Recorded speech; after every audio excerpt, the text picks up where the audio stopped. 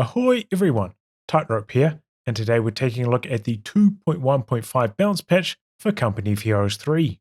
We're starting out with the construction time of defences. Sandbags and wire both take 1 second longer per segment to plant, and tank traps take 2 seconds longer, which is fine. I don't think this matters too much either way. I think maybe in team games they're trying to reduce the tank trap spam, like maybe the screenshot they'll provide, where players can just like wall off a huge segment of the map and they're quite hard to destroy. So just trying to reduce the instance of that, which is fine. And yeah, I don't think it really matters too much on the sandbags and wire. Either way, I think they're still going to get used a decent amount. One thing I would maybe like to see changed is how long it takes to like cancel an animation when you're stuck like partially through constructing something like this, and then you want to interrupt. Say I plant a mine and I cancel,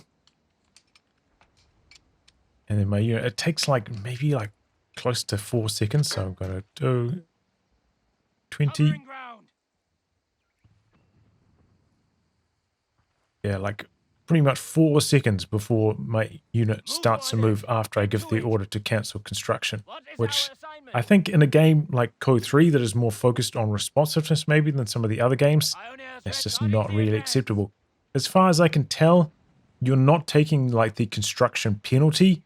As soon as you give like the order to cancel the construction, you won't be taking the bonus damage and stuff anymore. So that's at least mitigates it somewhat. You know, on a squishy squad like Pioneers, if you're stuck somewhere for 5 seconds close range against like a ambushing commando or something like that, you're just not going to survive.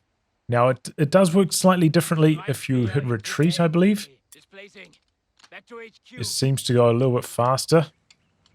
Maybe cuts it down from 5 seconds to like 2.5, but yeah, I still would like to see an improvement in responsive times to cancelling construction. Signal detection that is available on units like the Recon Tractor or the upgraded 4x4 has had its range nerfed from 125 down to 100. And I think that's a good idea because previously it was just too hard to get close to it and it covered too much of the map.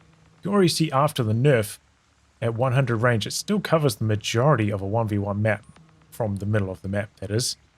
And, you know, that's it used to be even worse than that. And when you consider a lot of maps have big blocking obstacles somewhere, like a big building or, you know, cliffs or something, it made it actually really hard to get close to the Recon Tractor to kill it. So yeah, I think this is good because now maybe like between pulses you'll be able to like sneak a 60 range AT gun in and get a shot off on it. And, you know, even though it is visible to the enemy on the mini-map or tactical map, maybe your best bet previously was to just try hit it with artillery, but now maybe you actually be able to attack it directly. And a side effect of this is it seems to have fixed the animation issue, because I don't know if you remember, but previously sometimes after they increased the range, the pulses going out didn't line up with the units getting detected, but that seems to be fixed now. So yeah, overall, great to see signal detection get nerfed like this. Moving on to the US Forces changes, and we're starting out with Scouts. They've had a manpower cost increase from 150 up to 160, which isn't a massive deal, but now there's less of a gap between them and an engineer, so maybe it entices you more to go to an engineer instead of a scout. They've also had a nerf to their veterancy. They take more experience to vet up, 100 more to get to vet 1, so you have to capture like 1 more sector before you get vet 1, and then that's also increased their vet 2 and vet 3 bonuses, because they seem to have this like formula where they go like vet 1 experience times 3 to hit vet 2, and then vet 2 times 2 to hit vet 3. So then, everything else is getting increased. So they're cascading off the back of that vet 1 increase. And their vet 1 bonus has been nerfed from 10% or 15% harder to hit down to 10%. So if you're unfamiliar, Scouts are kind of dominating 1v1. You could spit them out at the start of the game. Pretty cheap. Capture a lot of map control. And the problem, a large part of the problem was based off capping. Quite often they'd run into this first fight at vet 1, and that was a major problem because Scouts first Pyros is a pretty close matchup. Maybe Scouts have the edge because they're long range and long sight, so they can kind of choose where the engagement happens a bit more, and that gives them the edge. And they are more expensive than Pyros. Pyros have to get in close. Plus you can do that trick where you kind of shoot back up, and that kind of gives you the edge on the Scouts as well.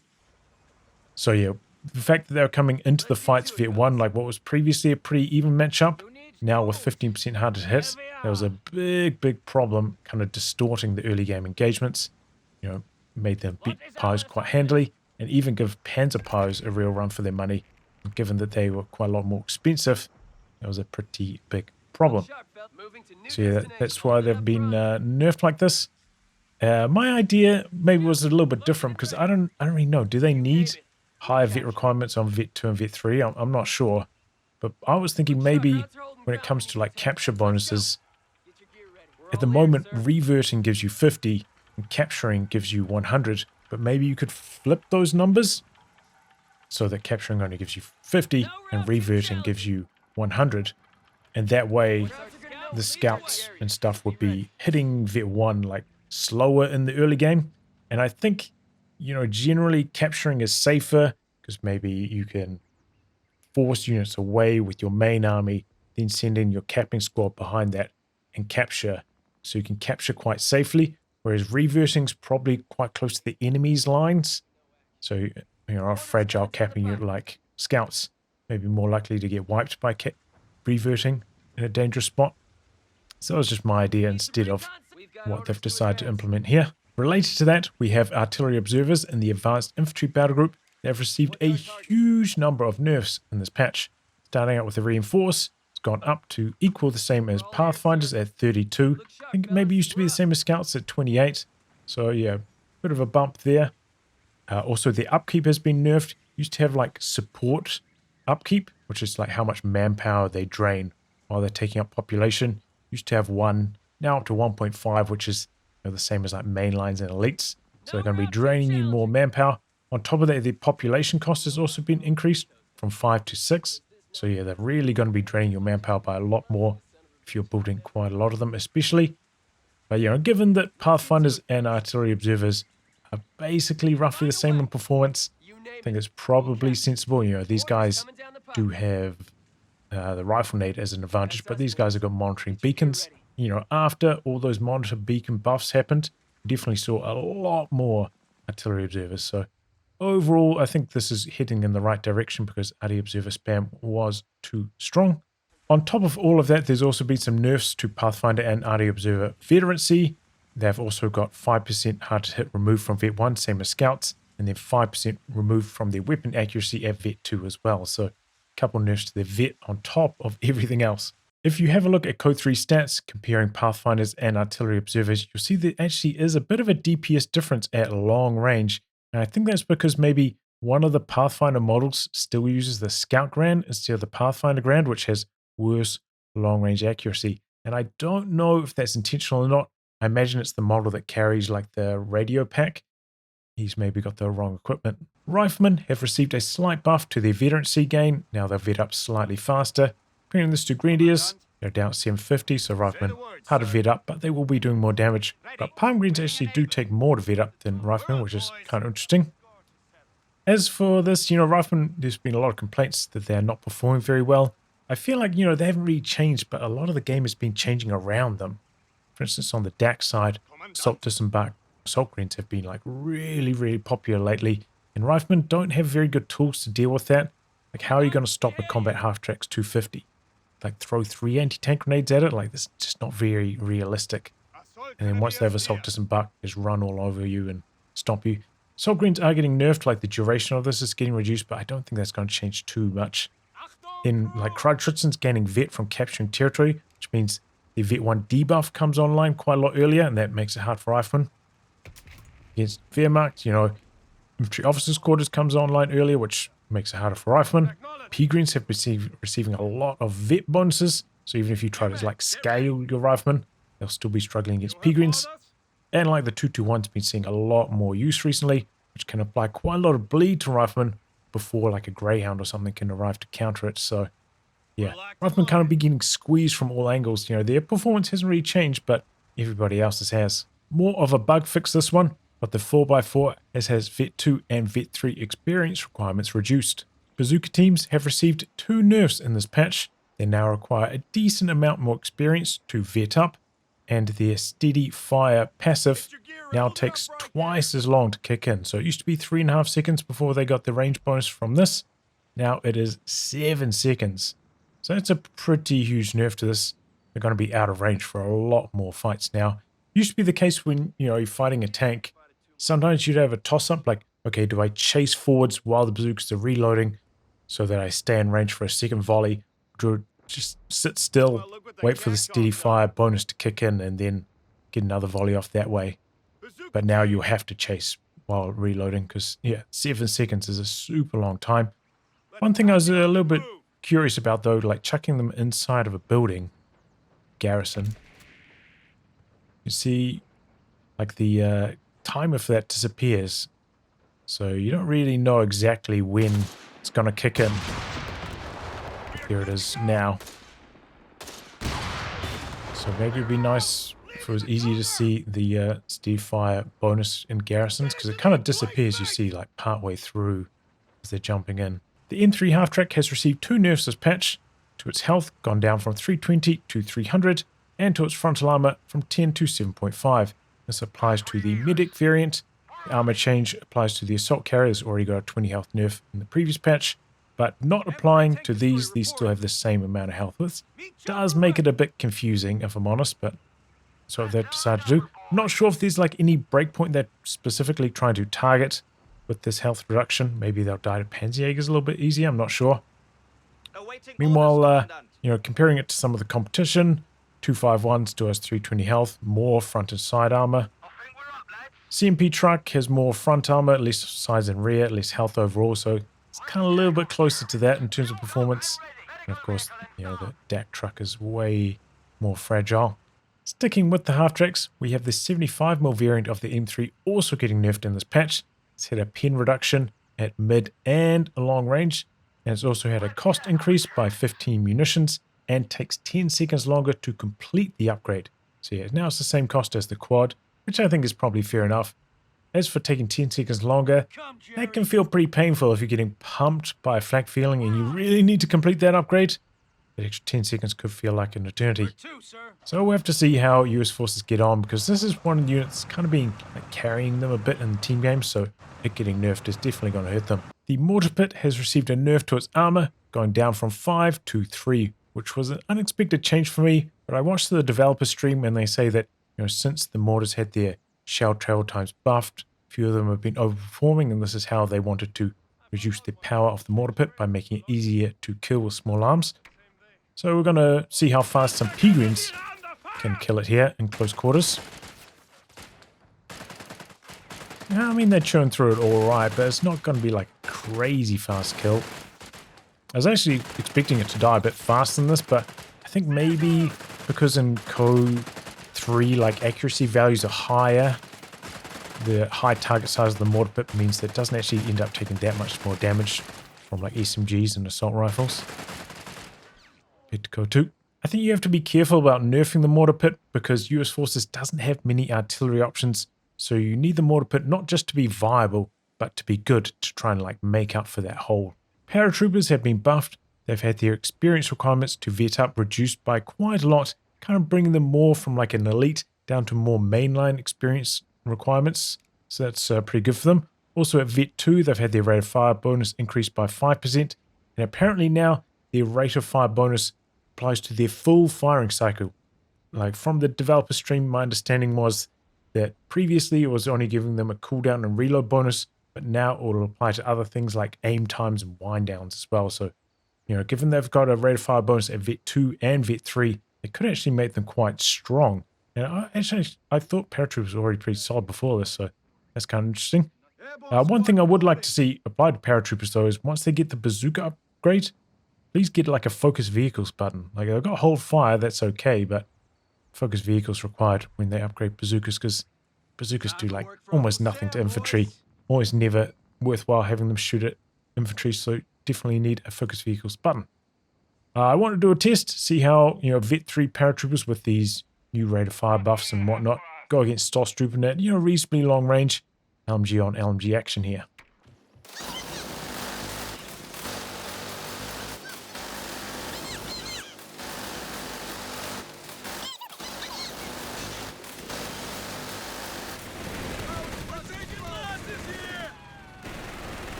Okay, so it looks like a super close matchup now. Really, really razor thin. Paratroopers winning all three on this occasion. So, I don't know. Did they make a mistake on this one? This is without, even that Vet 1 season whole buff, though. I suppose Stosstruppen could maybe pop their Vet 1 bonus as well, but still. Yeah, I don't know. Also in the airborne battle group, the supply drop has had scatter added to it so that now maybe the crates won't like fall right on top of each other. Same story for the one from Spec Ops, the air resupply operation from that. So yeah, maybe it'll make it easier to pick up the munitions crate or the med crate or the AT gun or the mid crate or whatever. Hopefully they won't be like jammed right on top of each other, making your life difficult. So you can see them spread apart. This is like random, scatter, so they could still be stacked on top of each other, but it will happen less often. You may also have noticed in that previous demonstration that the air resupply operation had a muni cost reduction, going from 180 down to 150, so yeah, hadn't been seeing much play, maybe more appealing now. The Whizbang has received a change to the angle at which its rockets come out and the speed of the rockets. Watching the developer stream, they said this is more aimed as like a bug fix because previously sometimes they would shoot rockets like super high to fire over smoke or something. So yeah, they're trying to eliminate bugs rather than actually make the Whizbang stronger. So we'll see how it goes here. Got a bunch of team weapons, 65 range, pretty standard range for the Whizbang, not max, but it's pretty safe to get into this range because it's got so much health. Let's see how it does against a selection of team weapons. So yeah, it does look like they're going to come in faster off the back of that. They are super low. So yeah, I think that made the Whizbang stronger. Okay, well, that's interesting. I'm a little bit surprised that the Whizbang didn't get touched on its like second barrage that didn't like kind of share a cooldown similar to the Walking Stuka nerf, or maybe like it had a health reduction similar to all the other mobile artillery pieces. It's kind of escaped the last 2 rounds of nerfs that all those others have. So yeah, Whizbang's gonna look real nasty this patch. Let's see how it goes firing through a building. Is it just gonna smash into the building though? No. Straight through a building. I'm guessing it's got something about its firing cycle that like it can't collide with the blocker in the first like half of its travel path, so you're not even going to have to worry about positioning. In fact, it's probably even better to do it from behind a building because then you can't get shot in return. So I don't know. I think if you're going to give it this low angle barrage, you probably you need to do something here because I don't think it's right being able to shoot through a building like this. Final thing for US forces, in the armored battle group, War Machine now costs 1 command point more to unlock. Moving on to Wehrmacht, and we're starting out in the headquarters because the medical station now costs 50 manpower more to upgrade. So yeah, doesn't cost any fuel unlike all the other factions healing, so that's a pretty big advantage. You have to choose between healing and taking up or getting your vehicle out, which can be a pretty difficult decision.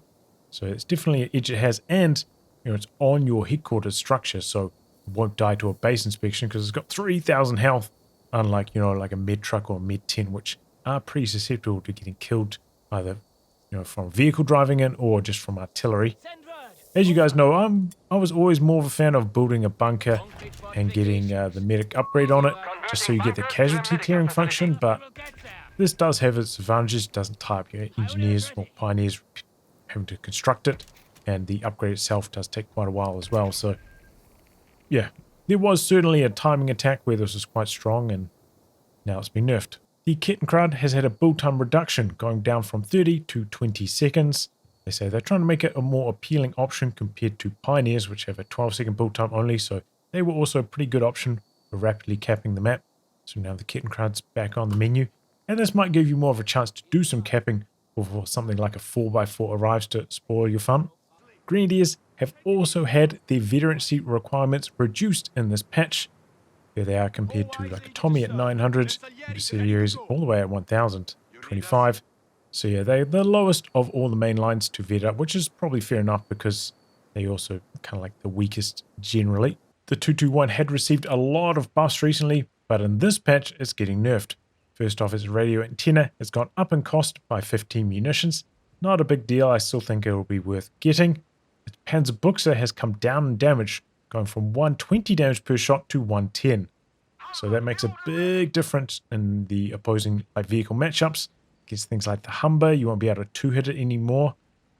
Or against the unskirted Greyhound, you won't be able to three-hit it anymore. So definitely makes a difference. Though, you know, if the Humber doesn't have enough armor to bounce all small arms, so it takes like 2 shots from like a G43 from a Jaeger or something, and then 2 shots from the 221, it will die.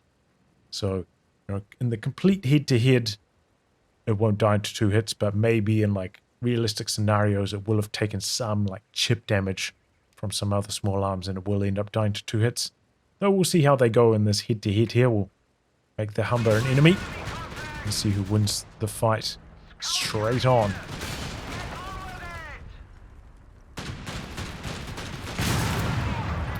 Pretty close, but in like the straight up head-to-head, the 221 still comes out on top, having to fire 3 shots, so that's not too shabby. Also, the blinding shot. Now it's kind of like the same as the Stummel's blinding shot. It used to do 120 damage per hit, but now it'll only do 80 damage per shot. So yeah, as I said, it's the same amount of damage that the Stummel's blinding shot does. Yeah, it has its purposes, and the Phosphorus, if it has infantry, is pretty good. The Marder has had a reduction to its veterancy requirements, which is probably fine because especially the Wehrmacht Marder, which can't get health bonuses from armory upgrades or anything like that, does tend to die pretty easily, so, you know, good luck keeping it alive, allowing it to vet up. The Wirbelwind has had its frontal armor reduced by 10, so this is mainly going to help the allied and light vehicles, things like the Greyhound, which I think has about 50 pen mid-range, Stuart's about 65, and even the Chaffee, you know, after its recent bout of pen nerfs, I think long range it's got 80 pen, so yeah, the Whirlwind is now going to be easier to kill with these allied lights, which, considering how early it can come, is probably fair enough. Stosstruppen's Vet 1 ability Shock Assault has been nerfed. It used to provide 20% harder to hit, now it's been reduced to only 5% harder to hit. This wasn't really a nerf I was expecting, but yeah, now if you're charging like head-on into a machine gun without getting suppressed, you'll probably be taking quite a lot more damage from it.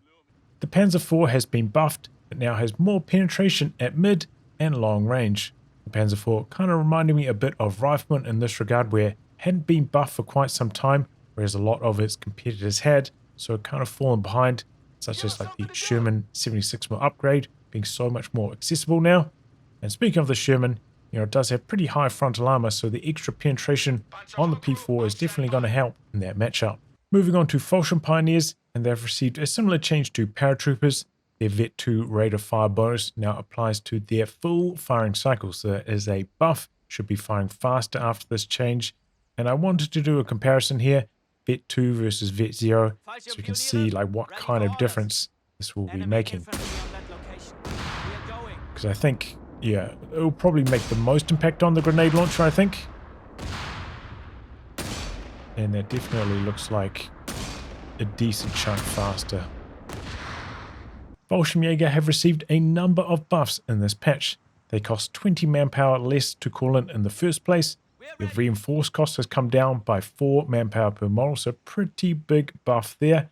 And the experience requirements to vet up have been reduced, same as US Forces Paratroopers, though, you know, it's even easier to vet up Fallshrimjager because you can give them instant vet 1 and 25% vet gain boost from Luftwaffe, like tier 2 or tier 3, so yeah, pretty easy for them to vet up. So yeah, some buffs to Fallshrimjager. I do think they would do some buffs that are pretty hard to use. Like if you got the perfect situation with like a nice ambush from cover, you could melt for a few seconds. But beyond that, they're pretty expensive to upkeep. And especially with Grenadier merge, like the cooldown on that getting nerfed for so long, merging into Fallshrimjager, not what it used to be. So yeah, good to see them getting some buffs. Though I was thinking like maybe one step further, you can see like when they lose, they cost 9 population. And when they lose 1 model, they only go down by 1 population, whereas I think they could probably afford to go down by 2, right? Since we are on the topic of paradrop units, you'll notice that as we come to the 30-second mark in this game, silence. No annoying Paradroppers ready alerts anymore unless you've unlocked this in your battle group. So yeah, a lot of silence, which is great because that was getting very annoying every game. Alright guys, are you ready for the biggest change of the patch so far? The Stug D call-in Mechanized has gone up in cost by 10 manpower. Speaking of the Stug D, it has been nerfed in this patch, and this also applies to the DAC variant. At Vet 2, its armor bonus used to apply to the front and sides. Now it only applies to the front, so you can see you get 40 more on the front. So it's going to make it a lot easier to get damage in from the sides. Obviously, things like Crusaders coming in from the sides are going to be way more effective against the Stug D. It's also had a rate of fire nerf, so I just wanted to see how they go. Just comparing the normal rate of fire to the Vet 1 range boosted mode, which does also give you a rate of fire penalty, to see how that goes. See how they feel now after this change.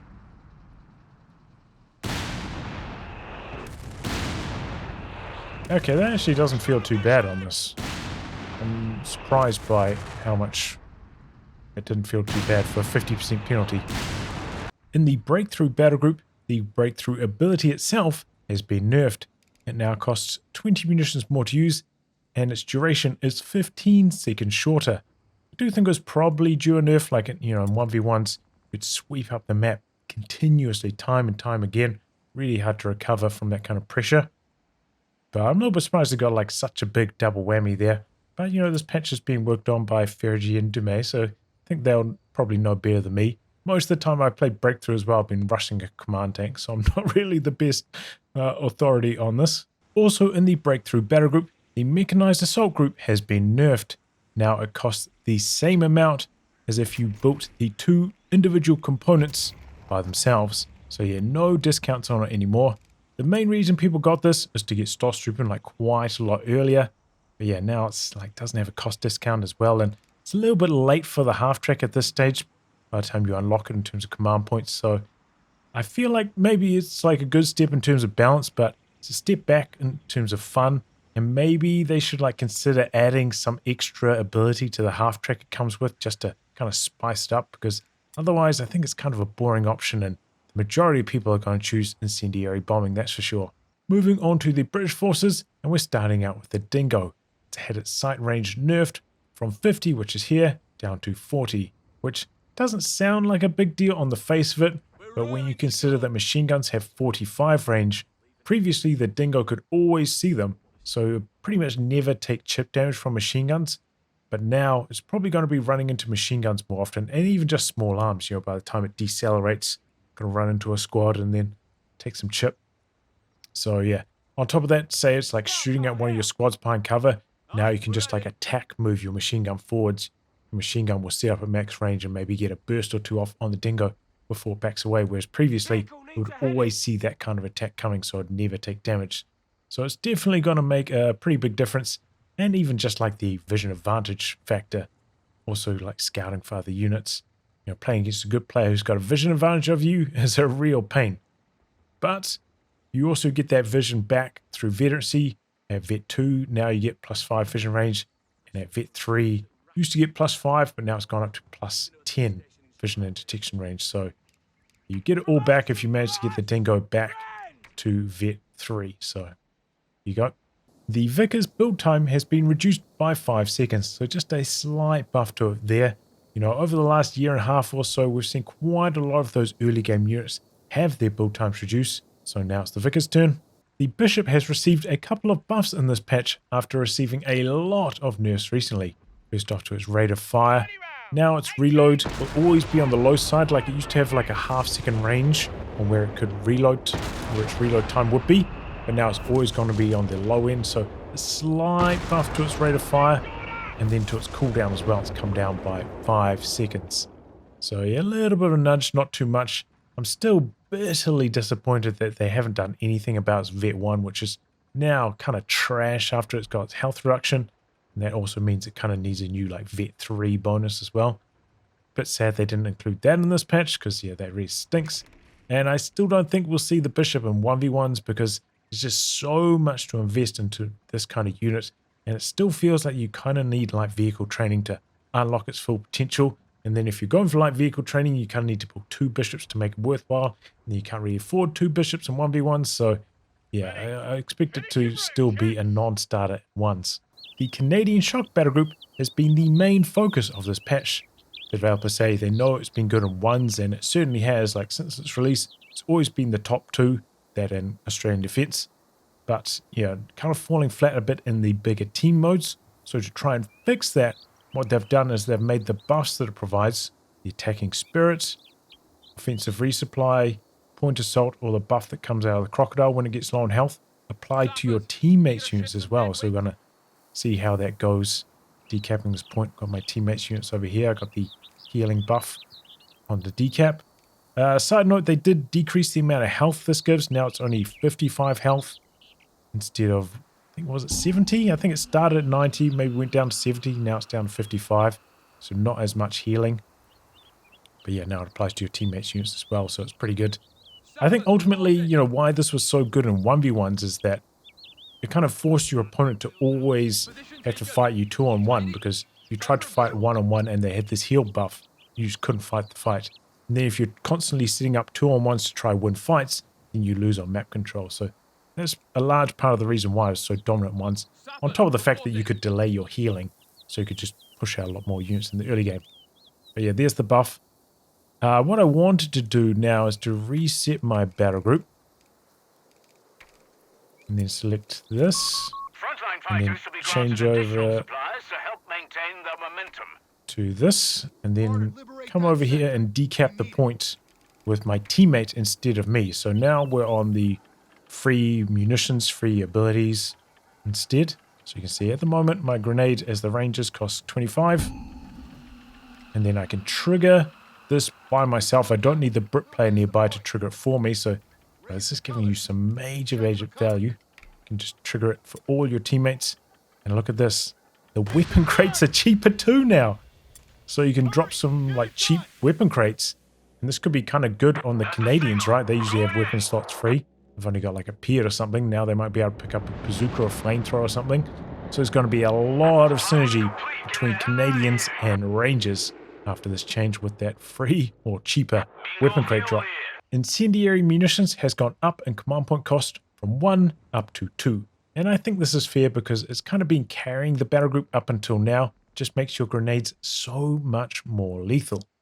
And, you know, this also has flow-on effects, like if you want to rush the Crocodile, so you're stalling on like Stuarts and like infantry training and whatnot, and stalling for the Croc. Now it's going to be that much harder because it'll come in 1 command point later, or you have to go for burnout instead.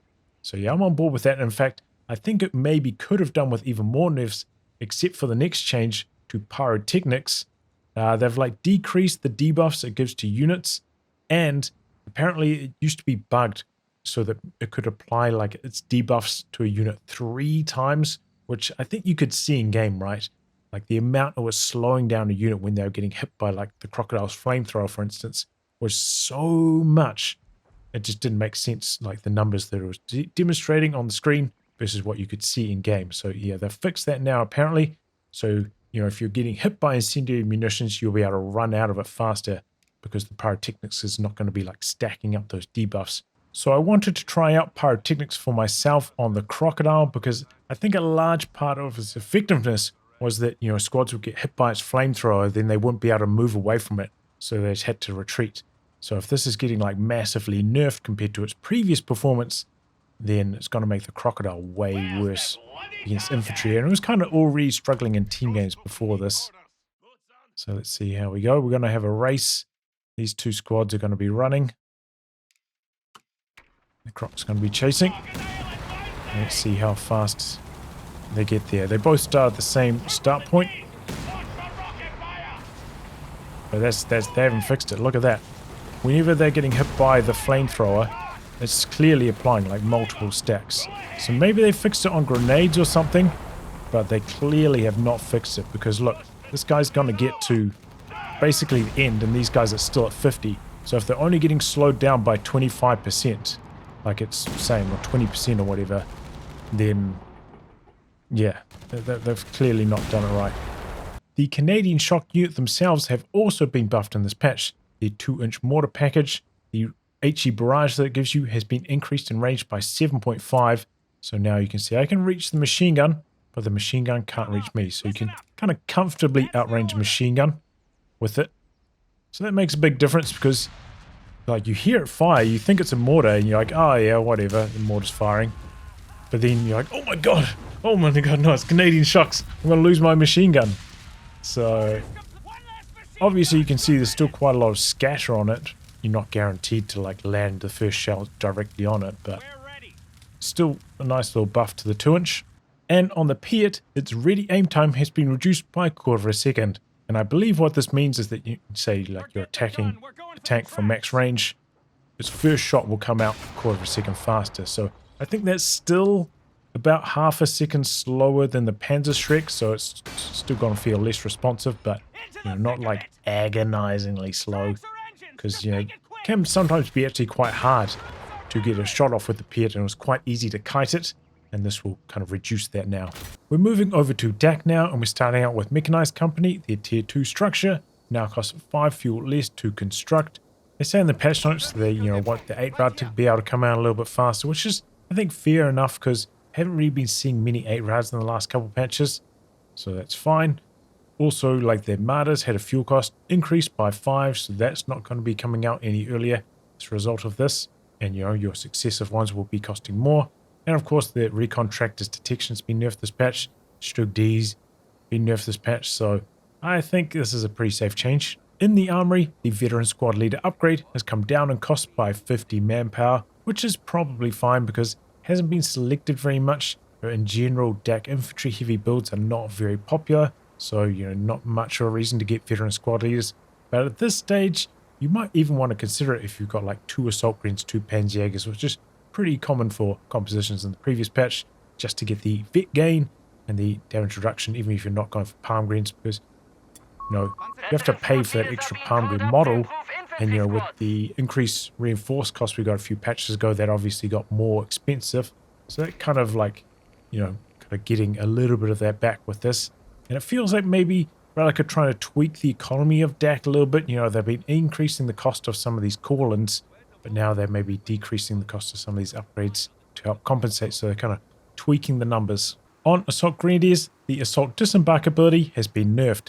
Now it only lasts for 10 seconds instead of 15, which I think is probably a good starting point for this, because obviously it was like the most popular way to play in the previous patch. Most players were like rushing this out as fast as they could. 250 with Assault Green in the early game, and would really like bully Riflemen around. But now the combat buff is not going to be lasting for as long. You can of course like refresh it because there's no cooldown on this, so you can just jump back in, jump out again. And when your Halftrack has combat half-tracks, is not generally taking too much damage from small arms in the early game, so you might be able to just reactivate it in combat. But alright, we'll see how it goes. But yeah, I think this is a good place to start on nerfing Assault Disembark. The Mortar Halftrack has had a health nerf. You can see the basic 250 with combat half-tracks upgraded as 280 health, but then after upgrading to the Mortar, it goes down to 120. So it will die to most tanks in one shot. Most tanks do 120. AT guns do 160. So even after getting smoke on it, it will still die to AT guns in one shot. And if you go all the way up with emergency repair kits, it goes up to 240. So it'll die to 2 shots instead of like 3 before, or like 1 shot from a 17 pounder. So it's going to be way easier to kill mortar half-tracks. And I think actually a lot of DAC's win rate in the previous patch was just simply how good mortar half-tracks were, because they were the biggest winners of that mortar shell time travel change. They were really good. The DAC Tiger has had a fuel cost increase, going from 220 up to 245, so 25 more fuel, probably going to be delaying the arrival of most players' Tigers, which I think is probably fair, because I do think the Tiger is very good, especially the DAC Tiger that can get juiced up by all these armory upgrades, which is why this nerf is only being applied to the DAC Tiger, not the Wehrmacht one as well. And you see them in basically every DAC team game, because it's just so good and so easy to use as well, so hard to kill. So yeah, you're not going to find any sympathy from me, Tiger players, sorry. Moving on to the Battlefield Espionage battle group, The Goliath that you can deploy from the Funk Panzerwagen now has 4 seconds of camouflage after exiting cover, so similar to other camouflage units, which means you can actually like zip across a pretty big gap with it, right? Which is kind of crazy, so watch out for people sneaking up to you with Goliath. So the explosion on it's like not that impressive. I think it's like worse than the one that you had in Code 2, though it does cost not that much either. Taking a look at transfer depots, you see that normally building a cache costs 200 manpower, but after upgrading transfer depots, now they only cost 150.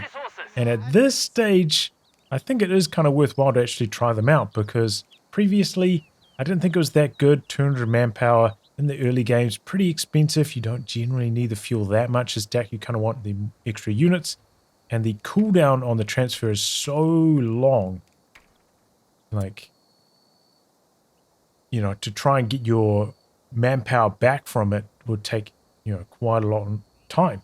Because, you know, your first transfer would kind of get your manpower back. Would be break even at that stage, and then successive ones would actually help you.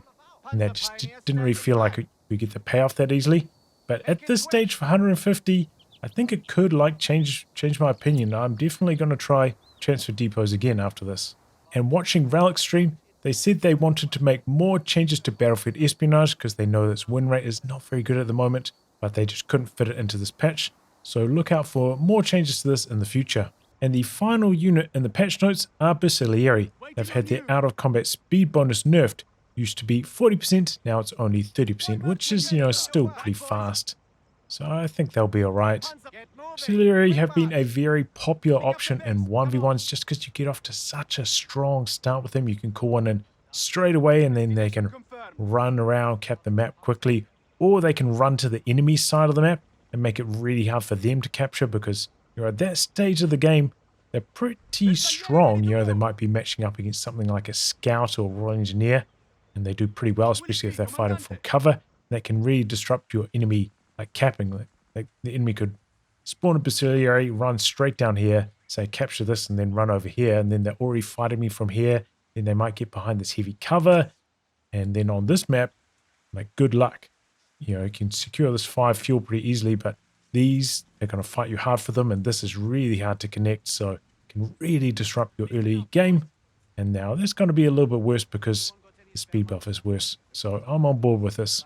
And now their Vet 3 bonus has been increased by 10%, so you get that nerf back once you get back to Vet 3. The notes also mention a few small map changes, including some to this map, Langres, but unfortunately it doesn't look like they've fixed the big issue with this map, that with low model count squads, things like the scouts, sometimes when you give capture orders on these small capture circles, they don't actually run in. So could you imagine, like this is a pretty common path, like coming out of your base from this spawn, trying to capture. You gave a capture order and your squad's just standing here outside the circle. Nothing is more irritating. I cannot believe they did not fix this. Really, oh my god. This tells me so much every time I play on this map.